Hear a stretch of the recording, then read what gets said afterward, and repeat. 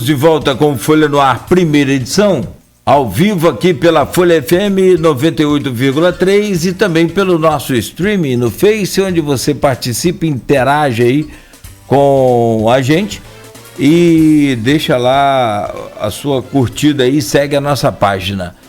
O convidado de hoje, para nossa alegria e honra, né, como sempre, o professor Alcimar Ribeiro, economista, professor da UENF. E vamos falar sobre essa crise, sobre esse momento também que o Brasil vive, essa inflação aí maluca e essa gasolina subindo toda semana, a queda do PIB, enfim. Professor, bom dia mais uma vez, é uma imensa honra recebê-lo aqui no Folha no Ar, primeira edição, para que a gente possa entender um pouco mais desses números, dessa situação e de tudo isso onde vai parar. Bom dia, seja bem-vindo, professor Alcimar Ribeiro. Bom dia Cláudio, bom dia Luiz, bom dia a todos os telespectadores, ouvintes. É um prazer grande estar de volta aqui, né? Para conversar um pouco. Sempre uma alegria. Bom dia, obrigado pela presença. A gente sempre, como sempre, a gente estabelece três temas para cada bloco, né? Sim. E vamos começar com um tema do qual a Folha fez 11 painéis ali de junho a agosto de 2020, convidando vários especialistas das mais diversas áreas, inclusive você foi um dos ouvidos. Uhum. Outros colegas seus economistas foram ouvidos, como o Álvaro Azevedo, como o professor Roberto Roseno também, diretor da UF, né? Especialista da área financeira como Igor Franco, mas entre profissionais de diversas áreas, gestores universitários, sindicalistas, empresários, pessoal das humanas também, né? Porque toda decisão econômica tem consequência nas áreas humanas, né? Afeta o ser humano, então, antropologia, sociologia, ciência política, enfim, vários representantes da sociedade civil organizada, e você foi um deles, né? Tudo aquilo que a gente falava se confirmou, infelizmente, né? Tanto que Vladimir assume o governo em janeiro mesmo, decreto de estado de calamidade financeira, né? Confirmando tudo aquilo que a gente havia colocado. E eu vou perguntar a você, o que eu já perguntei, né, lá no impresso, quais são as alternativas para Campos? Uhum. Bom dia. Bom dia Luiz. Na época nós conversamos bastante, né, sobre essa questão, e eu lembro que em algum momento eu falei que, infelizmente, nós temos uma prática onde mudam as pessoas, né, mas, enfim, as ações, a forma de governar, ela é a mesma, né, e a gente está vendo que isso se materializa realmente. Na época nós já indicávamos, né, de que Campos tinha uma estrutura de gasto muito elevada, né, gasto de custeio, e essa elevação se deu exatamente em função da falta de planejamento, porque nós sabemos da questão da situação relacionada às royalties, né? Quer dizer, essa transferência chegou a 70% do orçamento, depois foi caindo gradativamente, né? Até 50%, aí por volta de 12%, 13%, e hoje, né, muito menos, 20%, 30%, talvez, né?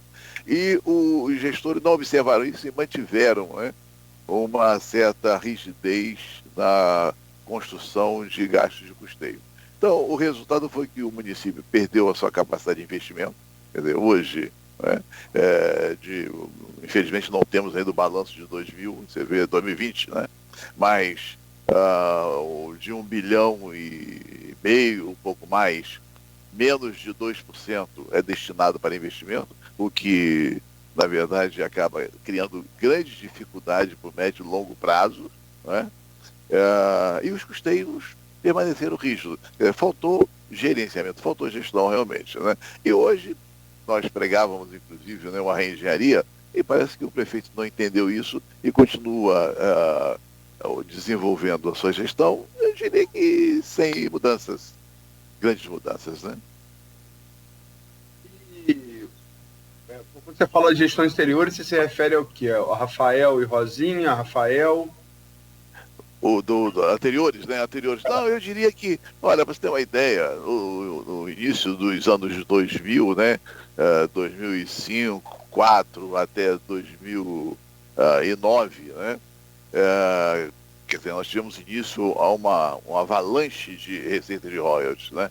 Em 2009, essa receita começa a diminuir gradativamente, sem que ninguém observe isso, né? E é quando exatamente a produção de petróleo alcança o seu máximo na Bacia de Campos, 87% da produção nacional, e a partir daí ela começa a declinar muito levemente, né?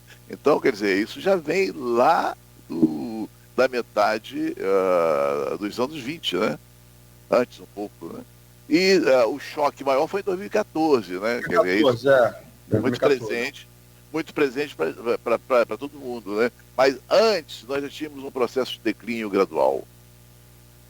Então pegou todas essas gestões, né? Falta de planejamento mesmo.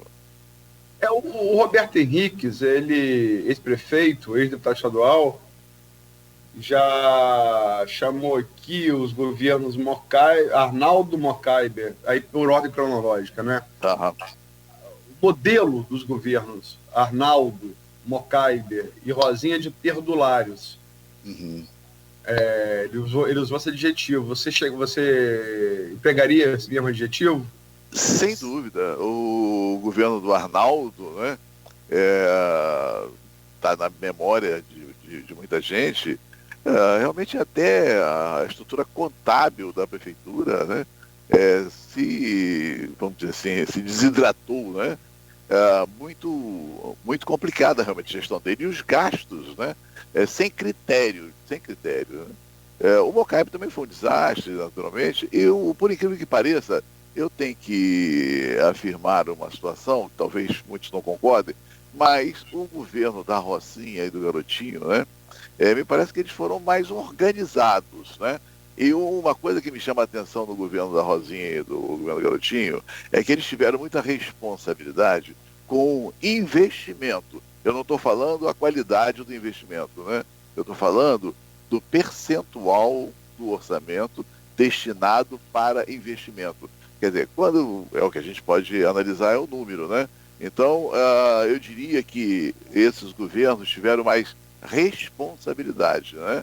E aproveitaram melhor, né, esses valores dos royalties em função da indicação do investimento, percentual de investimento, ou seja, gastos em investimento relativos à receita orçamentária. Agora, e em relação ao governo Rafael? Como é que você... Você usou o adjetivo, quer dizer, endossou o adjetivo perdulário. Uhum. O governo Arnaldo, Mocaibe e Rosinha, embora diga que o governo Rosinha faça ressalva mais investimento. O governo Rafael, que adjetivo você classificaria? Com qual adjetivo? Eu diria que o governo Rafael ele não aproveitou também as oportunidades, né? Apesar do período complicado, naturalmente, né? Mas eu acho que se ele agisse de maneira diferente, se ele tivesse mais coragem, eu acho que ele poderia ter feito um governo melhor. Mas, como eu falei anteriormente, a forma de governar parece que é a mesma, né? Parece que não muda, você muda as pessoas, mas a maneira de governar é a mesma. Então, como já estava num período complicado em função da própria recessão no país, né? Do choque de petróleo, essa coisa toda, uma participação muito menor da receita de royalties no orçamento, e a falta de coragem dele em fazer uma reengenharia da estrutura de custeio da prefeitura, né, de forma a usar melhor os recursos, otimizar melhor os recursos, né, ele teria feito um governo melhor, mas ele não fez dessa maneira, né? Quer dizer, a estrutura de custeio continuou sendo alta, continuou a aumentar, né, mesmo num ambiente de declínio da receita. E o resultado foi o que nós vimos, né? Você falou que faltou coragem, e o lema de Rafael na campanha, que foi muito pouco exitosa no ano passado, foi justamente o oposto. Foi coragem. Você Exato. acha que estava invertido?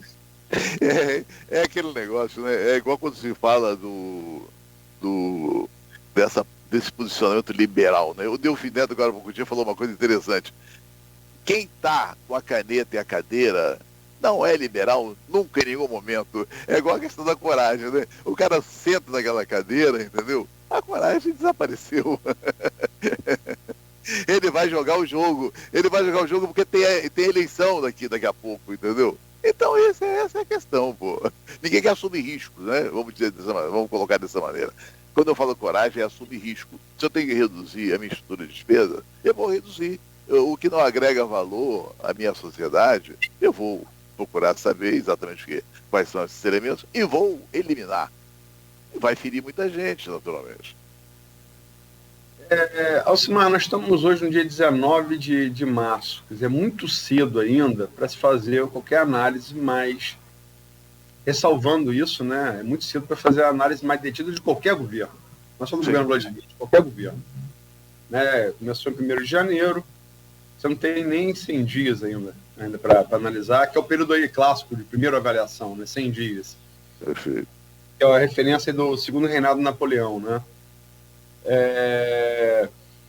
Mas, enfim, você falou aí que você vê que as mudanças que você julga necessárias também não estão sendo feitas no governo Vladimir. Está correto isso? Está correto. Está correto, porque, na verdade, o governo inicia fazendo críticas muito fortes ao governo anterior, né, que não tinha dinheiro, etc, etc. Você tem uma ideia, até hoje não tem a contabilidade atualizada de 2000. Né? Eu dizia agora há pouco, um mês passado, mês retrasado, né, que, como não tem dinheiro, se até outubro, com 10 meses, né, de contabilidade do ano 2000, o município tinha aí uma receita média mensal de 132 milhões, né? Naturalmente, essa média deveria, vamos dizer assim, ocorrer também em novembro e dezembro, né? E teria dinheiro para pagar um salário realmente. Se não pagou, se deixou um déficit, não sei de quantos milhões, quer dizer, essa coisa tinha que ser mais transparente, né?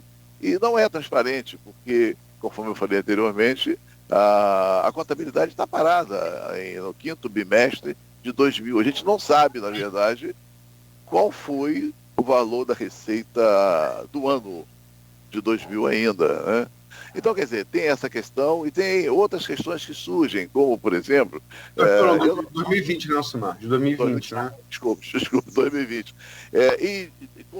Tudo bem que são 3 meses, mas eu desconheço qualquer projeto do governo, né, no sentido a mudar esse quadro que nós vivemos hoje. Se realmente estamos numa pandemia, né, passamos 2000 aí, né, entramos em 2001 com essa pandemia mais aprofundada, né, entretanto, a receita mensal do município, né, a receita orçamentária do município, de alguma maneira vem se mantendo, entendeu? Então eu não vi nenhum programa, nenhum projeto de forma a potencializar essa receita, de maneira a reduzir custeio. Parece que o custeio continua aumentando com nomeações, etc, etc, etc. Aí tem muitas discussões sobre dinheiro novo, sobre emenda. Eu ia perguntar isso, o tal do dinheiro novo. Porque é outra coisa que o Roberto Henrique usou aqui nesse programa. Ele que falou pela primeira vez em dinheiro novo e pegou a expressão, né? E Vladimir garantiu que ia trazer dinheiro novo para Campos. No seu modo de vista, no seu modo de entender, isso não está acontecendo? Bem, tem o discurso, né, do dinheiro novo, das emendas, né? Se não me engano, já tem 5, 6 milhões garantido para a agricultura de Campos. Até ontem eu assistindo um pouco, né? O Tito, né? Eu até brinquei, escrevi, o dinheiro não vai ser problema, né? Porque já tem 5, 6 milhões, né? Isso é o tamanho do orçamento do ano inteiro. Mas o que eu entendo que uma emenda, né? Você precisa de boa justificativa para usar esse dinheiro, inclusive de projetos, né? Eu acho que é dessa maneira. porque de repente a emenda passou a ser, vamos dizer assim, um elemento salvador da pátria, né? Eu acho que não é isso. Dinheiro novo, eu considero dinheiro novo fruto da dinâmica econômica. Você começa a melhorar a economia, você começa a gerar possibilidade de dinheiro novo, como as transferências do ICMS, transferências federais, né, como os impostos locais, né? Enfim, isso que é dinheiro novo para mim. As emendas, eu não sei se realmente elas vão ter um papel fundamental, né, para a gente ficar trabalhando com essa possibilidade. Agora, você endossou o adjetivo perdulário para os governos Arnaldo, Mocaibe e Rosinha. Você contrastou o lema de campanha de Rafael em 2020, ao dizer que faltou coragem ao governo. E como você classificaria? É muito cedo, né? Sempre ressalvar que é muito cedo. Mas como você classificaria esse início do governo Vladimir? Como eu falei anteriormente, Luiz, eu estou na expectativa de algo novo, não um dinheiro novo, né? Mas um projeto, um programa que mostre, né, um redirecionamento dessa gestão. Não tem até hoje, quer dizer, o que a gente está vendo na imprensa aí, né, são os mesmos problemas, como o que aconteceu ontem, por exemplo, né, da falta de alimento nos asilos, nos abrigos, né, e ao mesmo tempo uma propaganda da abertura do restaurante popular. Quer dizer, são coisas muito contraditórias, antigas, coisas velhas, quer dizer, preciso de coisas novas, né? Quais são os programas prioritários, vamos dizer assim, para tirar o município dessa situação tão caótica? Eu não tenho conhecimento disso. Maurício Batista, que é aqui sócio proprietário do programa, está aqui desde o primeiro, 28 de março de 2019, engata aqui uma pergunta que você está falando, Alcimar. Vladimir estudou a cidade por 10 meses, com 114 profissionais. Conhece algum projeto econômico dessa gestão? Exatamente. Eu não conheço, e também essa história de que conversou com profissionais, eu não quero me colocar como referência em nada, eu não quero me colocar como nada, viu? Mas eu vejo muita propaganda nesse aspecto, inclusive em relação ao uso do nome da universidade. Tá? Eu acho que isso precisa ser levado a sério. Porque senão isso vira uma bandeira, né, que vai desmoralizar o próprio conhecimento. Fala-se tanto do conhecimento, né, e usa-se, né, a universidade, parcerias, etc. E nada se materializa. Parceria, se aproximar das universidades, de especialistas, é uma outra história. É preciso levar isso muito a sério. Quem são esses profissionais que discutiram essas alternativas, né, que até hoje nós não conhecemos nenhum projeto, nenhum programa? Não sei. Realmente eu não tenho conhecimento. Estamos perto de 7h55, né, comandante? No grupo sou eu, aqui é você. Então, o Raul, seu reitor da UENF, faz uma pergunta que eu acho que aqui no grupo de WhatsApp do programa, que eu acho que é bem pertinente nesse bloco, Alcimar. Vou repetir para você aqui, ok? Você deve ter lido, porque você faz parte do grupo também. Mas, enfim, vou repetir aqui para o ouvinte. Durante as entrevistas da Folha, ele fala dos painéis que a gente citou aqui no início, sempre defendia o pacto do prefeito com a sociedade como forma de entendimento. Participação, inclusive apoio da sociedade ao projeto que seria implantado. O que você, Alcimar, acha da participação das diferentes instituições, em especial as universidades, no projeto de desenvolvimento do município? Bom dia, Raul. Veja só, eu concordo, eu entendo o que o Raul está colocando, entendeu? Eu concordo com ele, só eu tenho um pouco vamos dizer assim, de medo de alguns termos que se desgastaram, né? O pacto é um desses, né? Esse termo se desgastou ao longo do tempo. Por quê? Porque já tentaram, né, diversas coisas usando essa terminologia e não funcionou. Então, eu quero chamar a atenção para o seguinte: eu estou pesquisando algumas teorias, né? Eu tenho muito interesse nisso, que pode ajudar esta interação e que é necessária. É muito simples. Os grandes grupos internacionais, multinacionais, transnacionais, né? Os grandes países se integram, né? Para a sua própria evolução. Concordo com isso? Quer dizer, quando se fala nas regiões, vamos dizer, mais fragilizadas, quando se fala nas pequenas empresas, né, nos produtores rurais, eles têm que trabalhar sozinhos.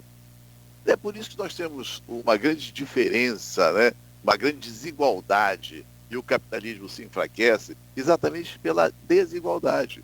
Então a gente precisa criar mecanismo não para acabar com o capitalismo, para inserir, para facilitar a inserção desses menos fragilizados ao sistema capitalista. Isso tem que ser através de uma grande interação, uma grande rede, né, de proteção. E o que é essa rede de proteção? Realmente as universidades têm um papel fundamental, porque é o conhecimento. Só podemos resolver os problemas tão graves desse país, da nossa região, da nossa cidade, através do conhecimento, não tem dúvida em relação a isso. Então as universidades precisam se inserir, né? A sociedade civil precisa se inserir, né? Porque ela também se beneficia ou não da evolução, da transformação do ambiente que ela vive, né? E as empresas, os interessados, né, diretos, também precisam entender que precisam estar em perfeita interação. E aí tem algumas teorias para isso. Tem uma teoria portuguesando da tríplice hélice, né, que é as 3 hélices, né, de integração. A universidade, a indústria e o governo, né? Tem a teoria do desenvolvimento endógeno, né?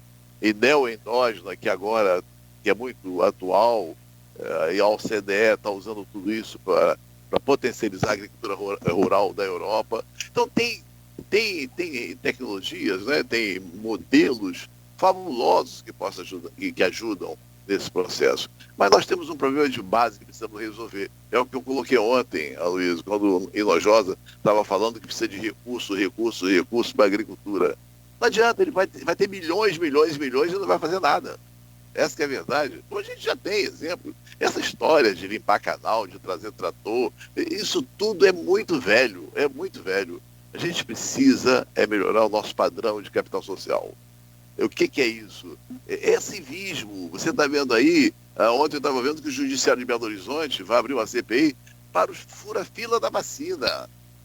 Então, culturalmente, nós temos problemas sérios, né? É primeiro o meu, depois o dos outros.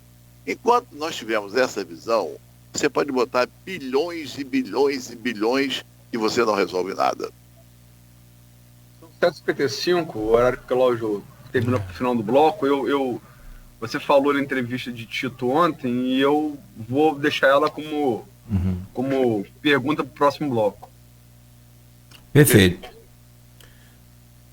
E é instigante o comentário aí do professor para que a gente possa entender e encontrar essa solução aí, ou pelo menos apontar essa solução. São 7h55, você ouviu Folha no Ar, primeira edição. Vamos ao rápido intervalo, oferecimento dos laboratórios Plínio Bacelar, Clínica Proteus e Dedumas Baterias. Voltamos em instantes.